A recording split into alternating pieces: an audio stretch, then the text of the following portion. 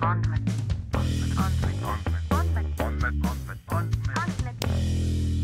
Tere, Lauri! Tere, Kristo! Tere, Silver! Tere, Lauri! Tere, Kristo! Tere, Silver! Me räägime täna andmekvaliteedist, aga enne kui me sinna jõuame, siis ma tegin taustakontrolli sulle, Silver, ja LinkedInis on sul kirjas, et sa olid Saku õlletehases senior checker umbes 12 aastat tagasi.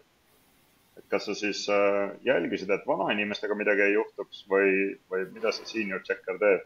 Põhimõtteliselt ma läksin sinna Saku õlletehasesse tööle pärast oma ajateenistust, et jätkata sellist nagu füüsilist tööd ja selline senior checker võib-olla pigem nagu on selline halb tõlge laotöölisele.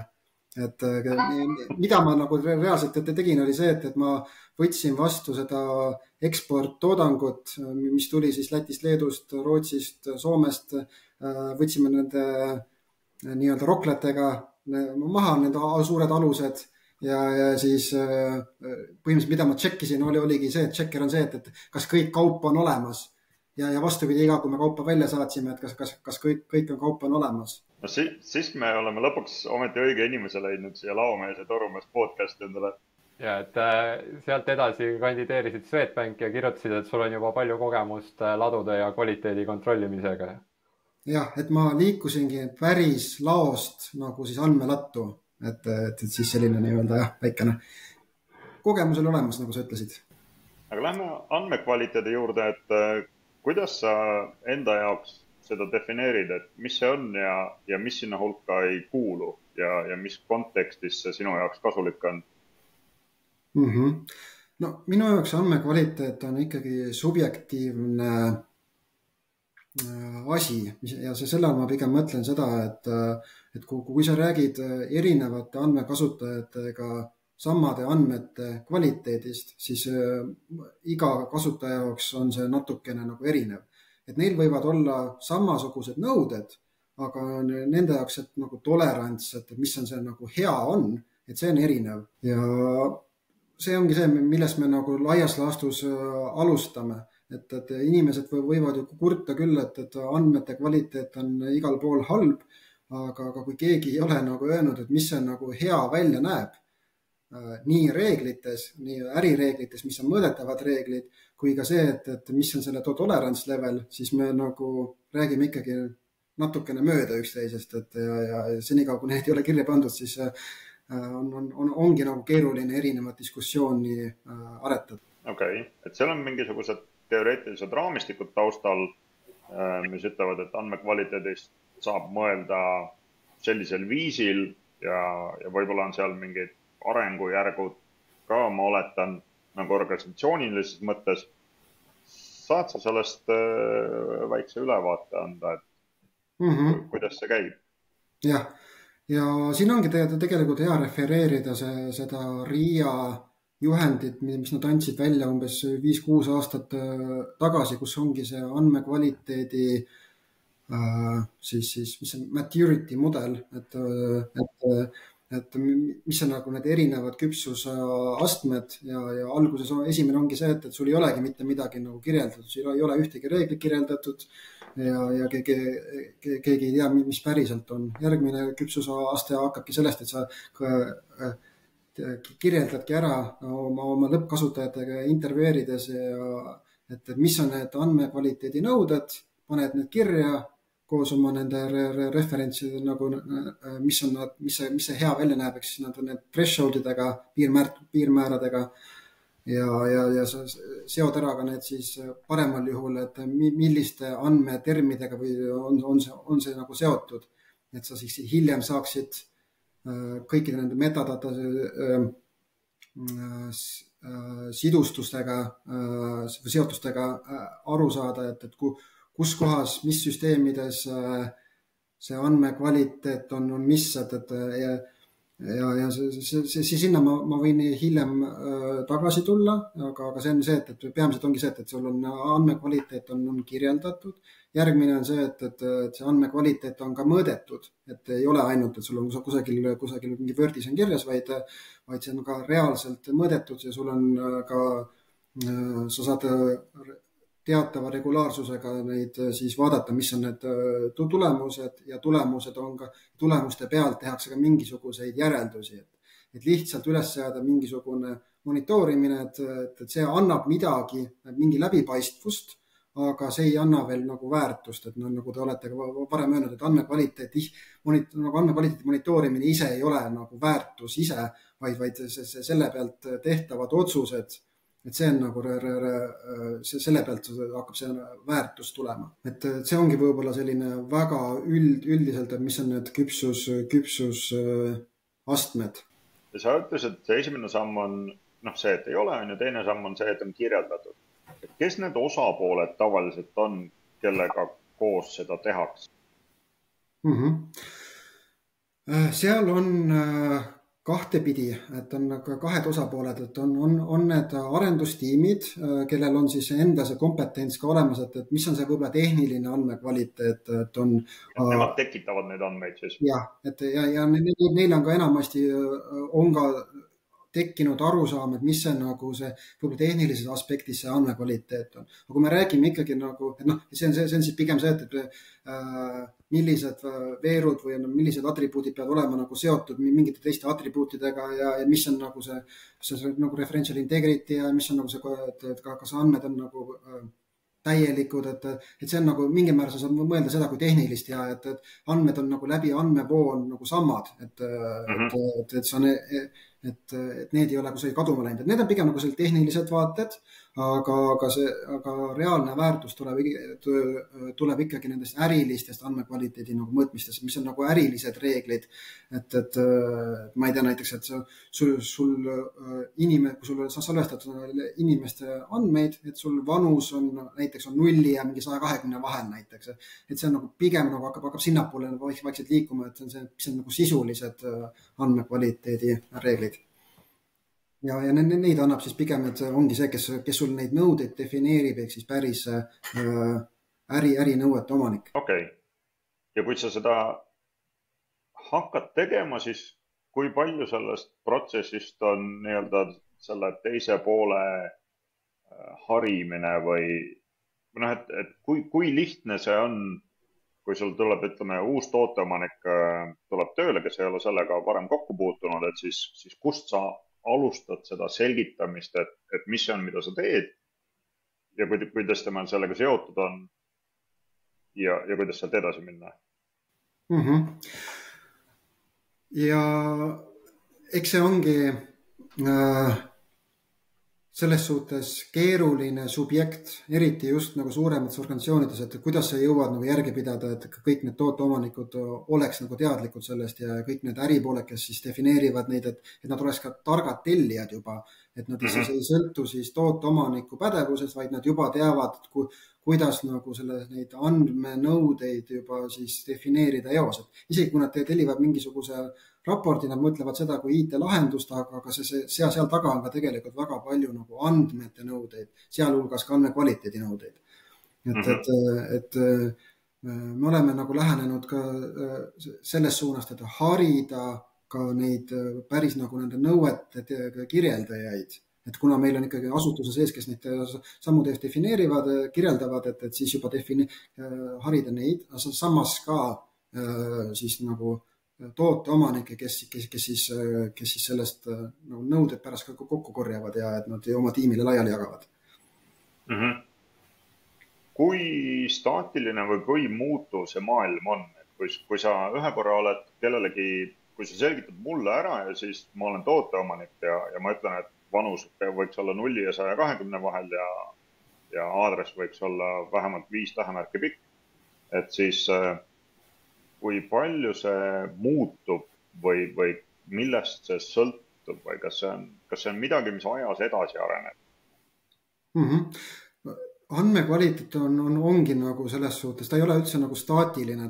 Me võime nagu, kui me nagu rääksime praegu sellist üldistest reeglitest, nagu see, et inimese vanus võiks olla 0 ja 120 vahel, et praegu ta küll on nagu, ma tahaks arvata, et järgmised võib-olla 50 aastat on see endiselt kehtiv, aga võib-olla siis muutuvad need piirmäärad juba ja Seda võib nimetada kui nagu selliseks nagu standardiks, et see võiks nagu selline mitte muutuv väärtus vähemalt nagu tavalise ettevõtte elutsükli jooksul ei tohiks sellised reeglid nagu muutuda. Aga on ka nii-öelda hästi palju selliseid, mis on nagu valdkonna spetsiifilisi reegleid, mis siis võivad üle aja muutuda ja seetõttu, mida me oleme ka teinud omas ettevõttes, et me oleme need andmehalduse nõuete nagu siis, nagu nõuete halduse sisse viinud arendusprotsessi. Mis tähendab see, et kui sa nii-öelda kogud andmeid, et siis kogutakse ka neid andmeid ja kui mingid reeglid muutuvad, siis selle sama nii-öelda arenduse käigus siis tehaksegi kõik need vajalikud muudatused ka siis iga pool ära ja. Okei.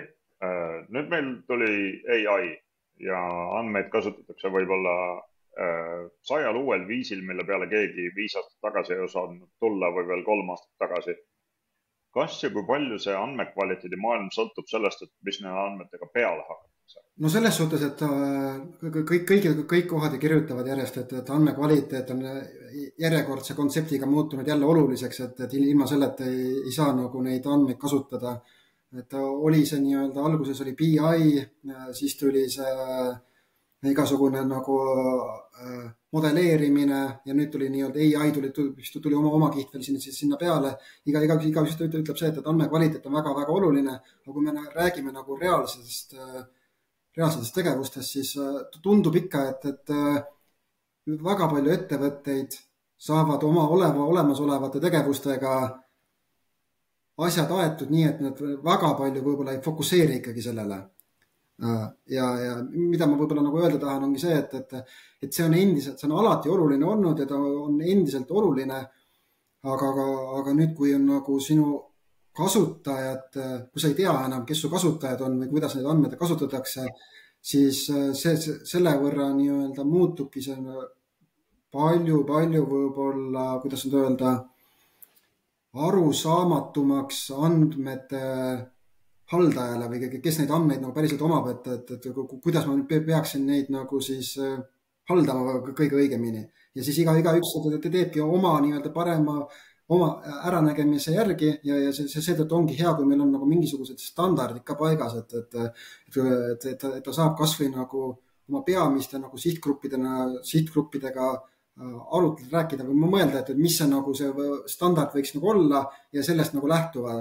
Sa ei suuda nagu niikuinii kõiki inimesi rahuldada, et seetõttu rahuldame siis vähemalt oma peamisi selles suhtes andmekasutajaid, keda ma vähemalt tean ja sellega ma siis pean laias laastus nagu lootma, et ülejäänud on ka tegelikult nagu piisavalt rahul. Et see oli selline nii hajus vastus, aga okei. Aga andmekvaliteedi puhul, et kas seal on ka samamoodi nagu mingid tavalise tootekvaliteedi puhul need Six Sigmad ja sellised, et sa saad mõõta siis, kui suure osa andmekvaliteedist olete katnud, et sa ütlesid, et ei pea nagu kõiki osapooli rahuldama, see ongi tõenäoliselt võimatu. Et kas ja kuidas siis mõõta seda, et kui suur osa meil andmetest on andmekvaliteedi kontrollide poolt näiteks kaetud? Ja see on juba selles suhtes, et see on juba selle nagu realiseerimine ja andmekvaliteedi nagu saab iga atribuudi jaoks jaotada veel kas erinevateks dimensioonideks.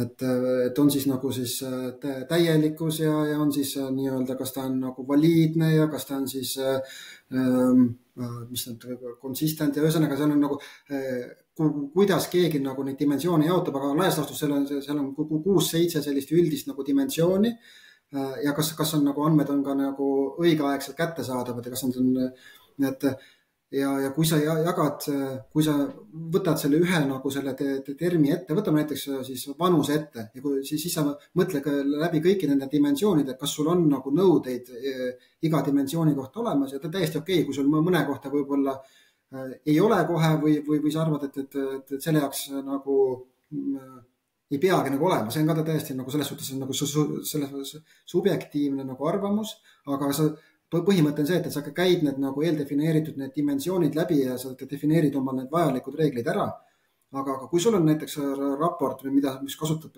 sadades atribuute, siis sa ei hakka seda kõikide jaoks tegema, eriti veel käsitsi.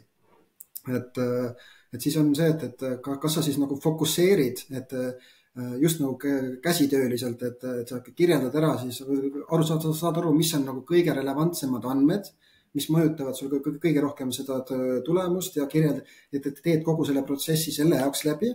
Et see on nagu üks võimalus.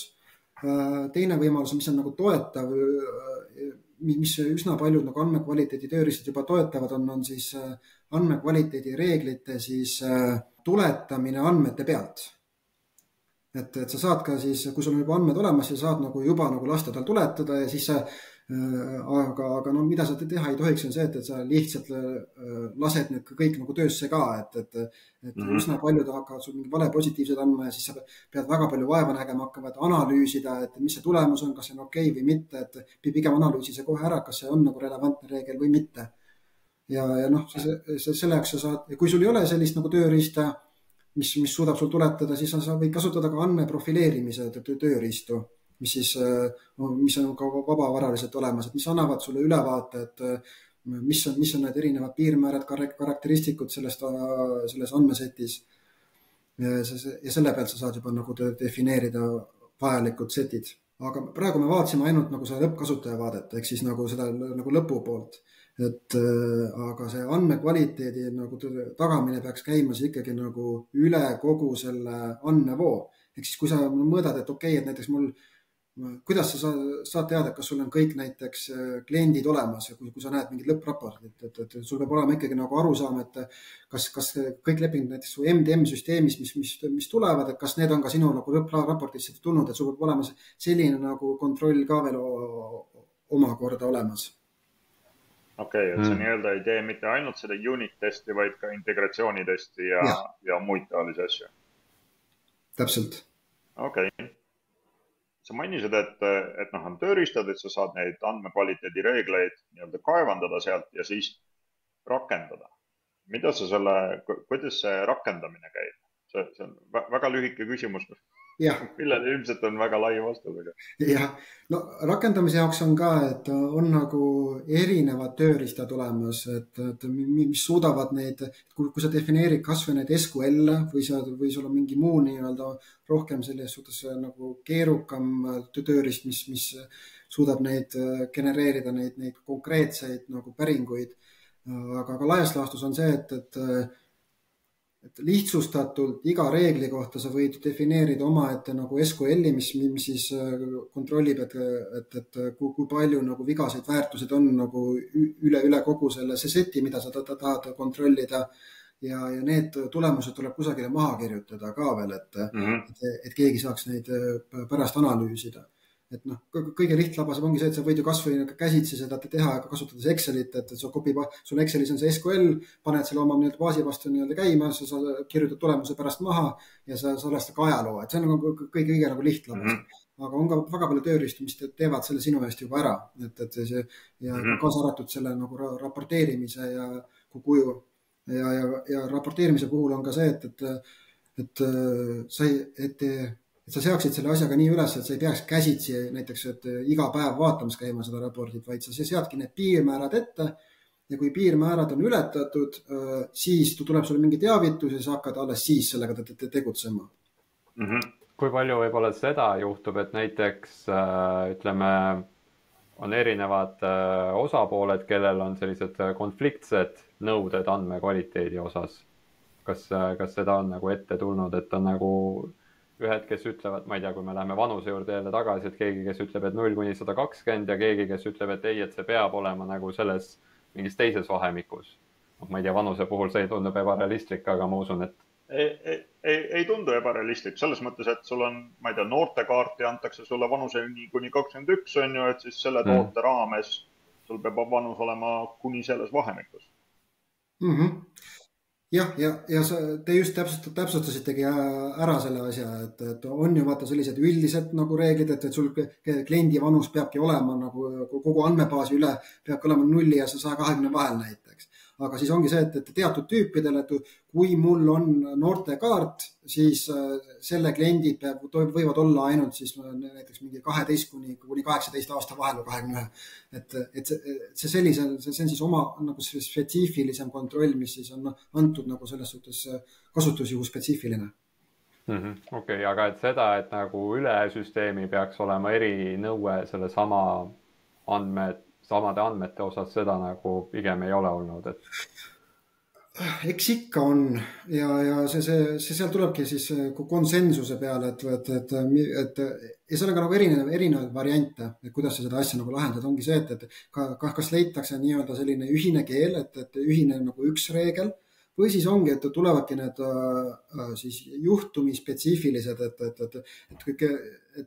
see ühe nagu juhtumil on see selline nii-öelda vahemik või selline reegel, et teisel on teine reegel ja nemad jälgivadki siis, nemad siis ehitavadki laias laastus või nemad vastutavad nende kontrollide eest, ja kui üks asi failib, siis teavitatakse ainult nagu seda kasutajat, et tema juhtum, nagu tema use case ei vasta nagu tema enda nagu nõuetele. Et see on nagu selles suhtes üldine nagu mõte, kuidas seda asja hallata. Aga siit edasi, et kuidas siis üldse see prioritiseerimine toimib, et kas nagu andmekvaliteedi puhul, nagu sa ka mainisid, et võib-olla see ei pruugi alati olla või see monitoorimine ja kõik ei ole nagu kohe see, mis mingit väärtust loob, et kuidas üldse, kes selle peale tuleb ja kas nagu ütleme, prioritiseeritakse selle järgi, et kes kõige valjemini karjub või on mingisugune parem viis, kuidas leida, et kus kohas selle andmekvaliteediga tegelema hakata? No seal on ka nii-öelda küpsus, et esimesena ongi see, et kui sul ei ole mitte midagi, siis sa ikkagi tegeled sellega, kes kõige valjemini karjub.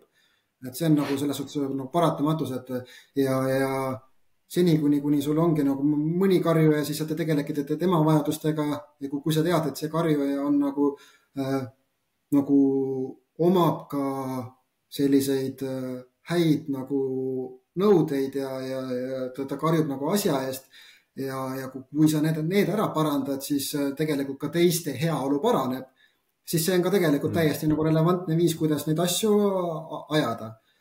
Teine viis on võib-olla selline, kui sa hakkad nagu struktureerima, on see, et sa defineeridki, kui sa nagu kirjeldad oma andmeid, siis sa ka kirjeldad ära, millised on siis need kriitilisuse tasemed. Et sa kõige lihtsam ongi see, et sa panedki, et ongi see põhimõtteliselt binaarne, et kas ta on nagu kriitiline või mitte, et alusta kas või sellest ja siis sa tegeled peamiselt nagu nendega, et kui on nagu kriitilised andmed on nagu nii-öelda katki, sa tegeled nendega. See on su peamine ja ülejäänud on siis see, kui sul on nagu vaba ressurssi, et enamasti ei ole. Et see on nagu selline kõige nagu lihtlabasem ja sealt järgmised on ju ka see, et on ju nagu master data, mis tähendab see, et need on need andmed, mida kasutatakse ettevõttes nagu väga paljudes erinevates kohtades, mis tähendab see, et see on nagu suure mõjuga andmed just nagu erinevatele üksustele. Kui need on nagu korras, siis järelikult on sul ka ju üsna palju nagu use case, vähemalt nende andmete puhul on korras. Ja teine vaatenurk on see, et sa tuvastad, mis on need kõige kriitilisemad või siis kõige suurema mõjuga, ütleme siis raportid või siis need lõppkasutajad või need kasutajajuhud ja sa fokusseerid, et nemad saavad siis nagu kõrge kvaliteedi ja kõrge tähelepanu, sest see neil on nagu kõrge mõju jälle, vaata see, et... Ma olen sinnamaale umbes ma olen andmekvaliteediga kokku puutunud selle üksikute päringute tasemel, et midagi nagu kõige põhilisema asjaga väga valesti ei ole. Aga see lähenemine on alati see, et me saame teada, et läks katki. Ehk siis sul on need vigased andmed on juba jõudnud kuskile. Ja siis teine variant on, et sa enne testid, kui sa need siis potentsiaalselt vigased andmed paned sinna master data juurde, jooksutad mingeid teste ja siis ei tee seda. Ja see on jällegi, sul võib-olla üks andmeühik 200-st on katki, aga noh, siis ülejäänud 199 ka ei pane sinna põhiandmete juurde. Ja seal on mingisuguseid igasugu vahepealseid variante ka, aga et mis siis, kuidas sellest nagu mõelda? Või noh, et ma olen seda teinudki põhiliselt ikkagi niimoodi, et ma saan teada, et läks katki. Aga ma ei oska seda hästi nagu kategoriseerida enda jaoks, et mis puhul ma peaks siis, mis kriitilisuse astme puhul ilmselt oleks oluline mitte üldse neid panna sinna master data hulka. Jah, aga kaugemale ma ei oska mõelda sellest. Ja siin ongi selles suhtes, et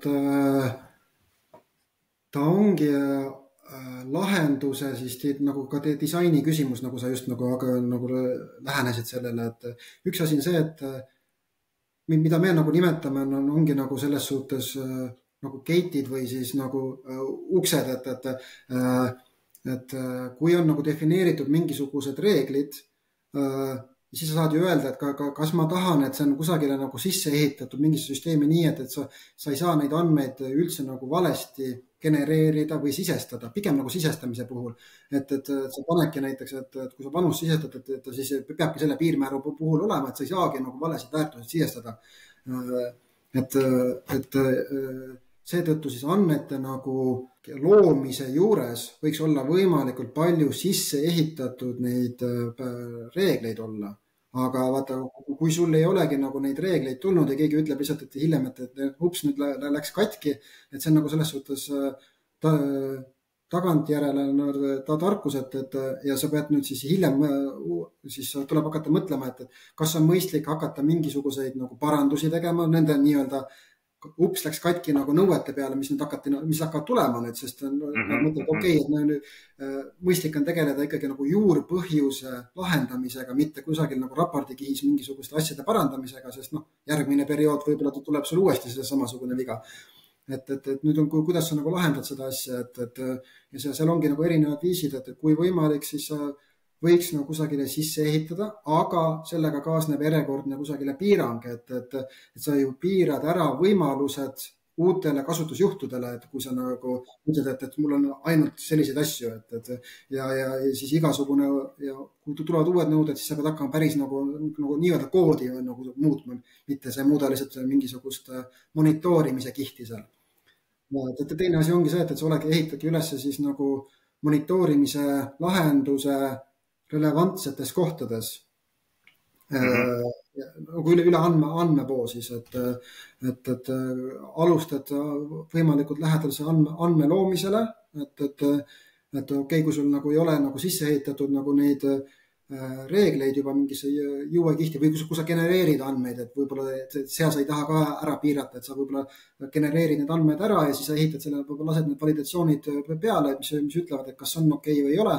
Ja siis vastavalt nendele piirmääradele sa saad öelda, et kas nüüd järgmised pipeline'id lähevad tööle või ei lähe näiteks, et just nagu, et see vigased andmed ei läheks edasi, sest see ei ole kunagi nagu sellest nii must ja valge, et mõni enamasti on see, et andmekvaliteet on mingi 99% juhtudes, kui nagu andmeid on sul õiged, siis on tegelikult andmed on kasutatavad ja sa saad nendega nagu tegeleda, et las see läheb edasi ja siis tekib küsimus, et kas sa pead selle 1%-ga tegelema või siis mitte, et sul oli ka see viide ju, sa ühes eelnevas podcastis ütlesid, et kui ei ole mõtet parandada performance'it mingitel vaadetel, millel nagu see mõju on nagu nii väikene, et sa säästad aastas 18 eurot näiteks, et sa paned sisse võib-olla mingi 3 tundi nagu tööd, et see nagu ei oma nagu sellist asja. Ja see sama asi nagu andmekvaliteediga, et sa pead ka nagu mõtlema, et mis on see nagu reaalne saadav kasu, aga samas sa pead ka mõtlema, et kui sa ei paranda neid juurpõhjuseid, siis need andmekvaliteedi, siis tekivad probleemid ja need probleemid hakkavad akumuleeruma ja siis ja mis siis lõppkokkuvõttes hiljem hakkab pärssima sinu siis arenduskiirust. Kaasa arvatud sellega, et kui sul on pidevalt probleemid, siis sa pead nagu neid haldama, ignoreerimine on nagu üks variant sellest haldusest, et ja siis on nagu võib-olla mingi aeg on hea lihtne, aga kui sul tulebki näiteks uus inimene sinu tiimi või kes siis peab hakkama nende asjadega tegelema, et temal ei ole mitte mingisugust nagu taustagi, et ta ei tea, miks need sedasi on, sest keegi ei ole neid defineerinud, aga siis on ta nagu väga kehvas nagu situatsioonis, et see on ka selles suhtes keeruline. Okei. Ma hüppan paar kihti eemale, et sa oled õppinud ka IT-haldust. Infotehnoloogia juhtimine Tallinna Ülikoolis. Okei. Kas see sisaldas ka andmekvaliteedi teemasid? Ta sisaldas üsna vähe isegi nagu andmetega seotuvaid asju, et mis mul nagu kõige rohkem, mis mul nagu tollest ajast nagu on nagu meeles, et on ikkagi see, et andis mulle hea ülevaate IT-list. Et mis on nagu IT-li erinevad protsessid, sest me üritame ka olemasolevaid nagu protsesse ära kasutada ja kui IT-l juba nagu töötab ja seal on nagu väga hea omandus paigas, kes millest vastutab, siis nagu andmekvaliteedi asjad sinna sisse pookida, et see on nagu üks moodus, kuidas olemasolevaid asju ära kasutada. Okei. Kristo, sa õpetad andmeinsenere Tartu Ülikoolis. Kas selle või mingi muu asja raames puudutatakse andmekvaliteeti? Me räägime küll andmekvaliteedist kursusel, aga kindlasti mitte pooltki nagu põhjalikult, et kogu see andmeinseneeria valdkond on juba nii lai, et kus nurgast nagu seda andmekvaliteeti puudutada. Natukene seda sama, mis Silver mainis, et ideaalis võiks on ju võimalikult varakult nagu need alliksüsteemid, kes genereerivad neid andmeid, võiks nagu need tšekid juba teha ja nendele asjadele tuleb mõelda. Siit mul on nagu endal üks näide muidugi kunagi, kui ma mingil Itaalia veebilehel pidin oma telefoninumbrit panema, siis ta ütles, et see ei ole kehtiv telefoninumber, sest seal oli eeldus, et seal peab olema siis, 8 numbrit vähemalt, aga mul on 7-kohaline Eesti mobiiltelefoni number, et see ei ole päris telefoninumber, et see on keeruline maailm, ma arvan, jah, see. Okei. Kas ma tulen tagasi, Silver, sinu juurde, et nagu analüütika ja andmeinseneri ja masinaõppe maailmas ma saan aru, et kuidas see nagu ettevõttesse tuleb, mis pudelikaela see lahendab. Aga minu kogemuse järgi seni ei ole ühegi rolliga nagu otseselt see andmekvaliteedi teema kaasa tulnud.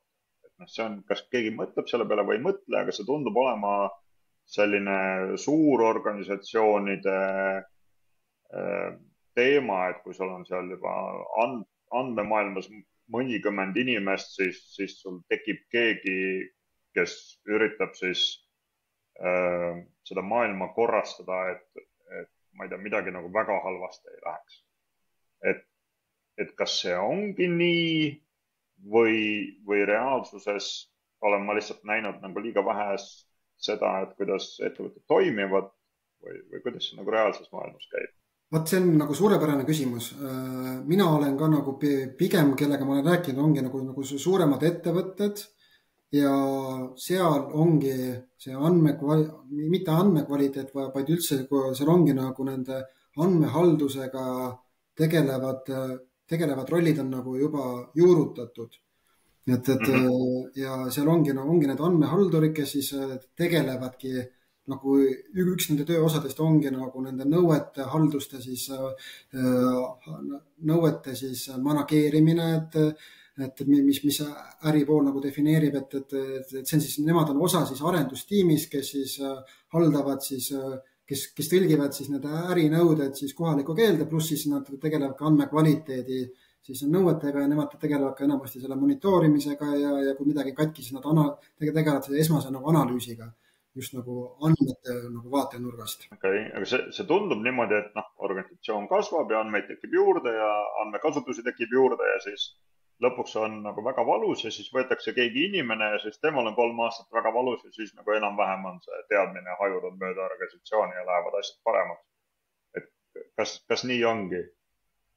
Laias laastus võiks ju nii öelda, et ega nad ju nagu inimressursi või inimeste kulu on ikkagi nagu nii suur, et enamasti keegi ei taha sellist asja ette võtta, et nad võtavad alles siis, kui on nagu reaalselt valus.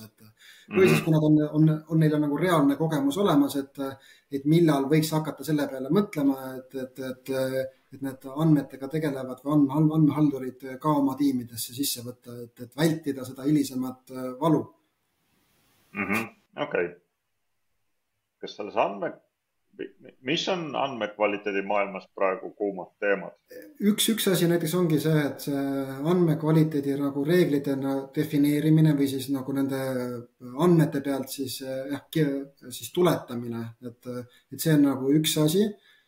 Teine asi on siis data observability, ma isegi ei tea, kuidas seda eesti keelde tõlkida, et kui sul pipeline'id töötavad, need andmed liiguvad ühest kohast teise, siis sa saad sinna nende pealt statistikat siis koguda, et kui palju sul andmeid nagu läks, sa saad ka teada, et kas sul need siis nii-öelda need, kust andmed laetakse, et kas see struktuur ei ole muutunud, sa saad teada, kui palju nagu näiteks neid complete nii-öelda, kui palju väärtusi on nagu nullid või sellised sisestamata väärtused, et see sellised nagu lihtsamad asjad, statistilised väärtused või statistilised andmed tulevad juba nagu sellest andmepipeline'ist tulevad kaasa, mis aitavad siis sellist nagu suuremat pilti hoida, et kuidas minu andmed nagu liiguvad ühest kohast teise. Et see on nagu hästi selles suhtes kuum teema praegu.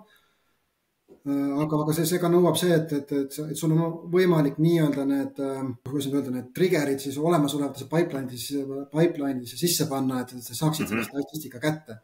Kui sul on ikkagi organisatsioon, mis on eksisteerinud juba 10+ aastat, siis on seal juba, kes teab, kui palju erinevaid nagu tehnoloogiaid juba sisse pandud, ja osad neist ongi juba nagu 10 aasta vanused nagu tehnoloogiad, mida enam võib-olla kas siis korralikult ei toetata või seal on muud ka kalad sees, ehk siis teoorias kõlab väga hästi, et sul on nagu, sa saad nagu sellise väga hea suure pildi kätte, et kui sul nagu data lineage ka olemas, siis sa näed, et kuidas sul andmed nagu voolavad ühest kohast teise ja kus need erinevused tulevad, aga reaalselt selle nagu tekitamine, kui sul ei ole nagu kõik asjad näiteks cloudis juba või sul ei ole ühe vendori peal, et on ikkagi nagu tunduvalt keerulisem. Eriti just nagu vanemates organisatsioonides. Okei. Kas andmekvaliteedi, kas seal on mingisugune hea lõppstaadium ka, et andmekvaliteedi töö on nüüd valmis? Organisatsioonid arenevad kogu aeg, et see ei saa kunagi valmis, aga oletame, et sul on mingi ettevõte ja siis see toode saab valmis ja siis rohkem ei arendata edasi, lihtsalt nagu on vaja seda üleval hoida. Et kas siis on võimalik, et see andmekvaliteedi teema saab nagu valmis millalgi ja kuidas seda nagu vaadata? Kuidas ma saan aru, et hästi on? Järjekordne selline natukene subjektiivne teema, aga relevantne küsimus. Ja minu jaoks ongi see, et kui sul see toode, mida sa oled nagu arendanud, ongi üsna nagu iseseisev, et selle jaoks kogutakse ka andmed nii-öelda nagu ainult võib-olla selle juhtumi jaoks ja sa kontrollid kogu seda nagu andmetsüklit seal sees.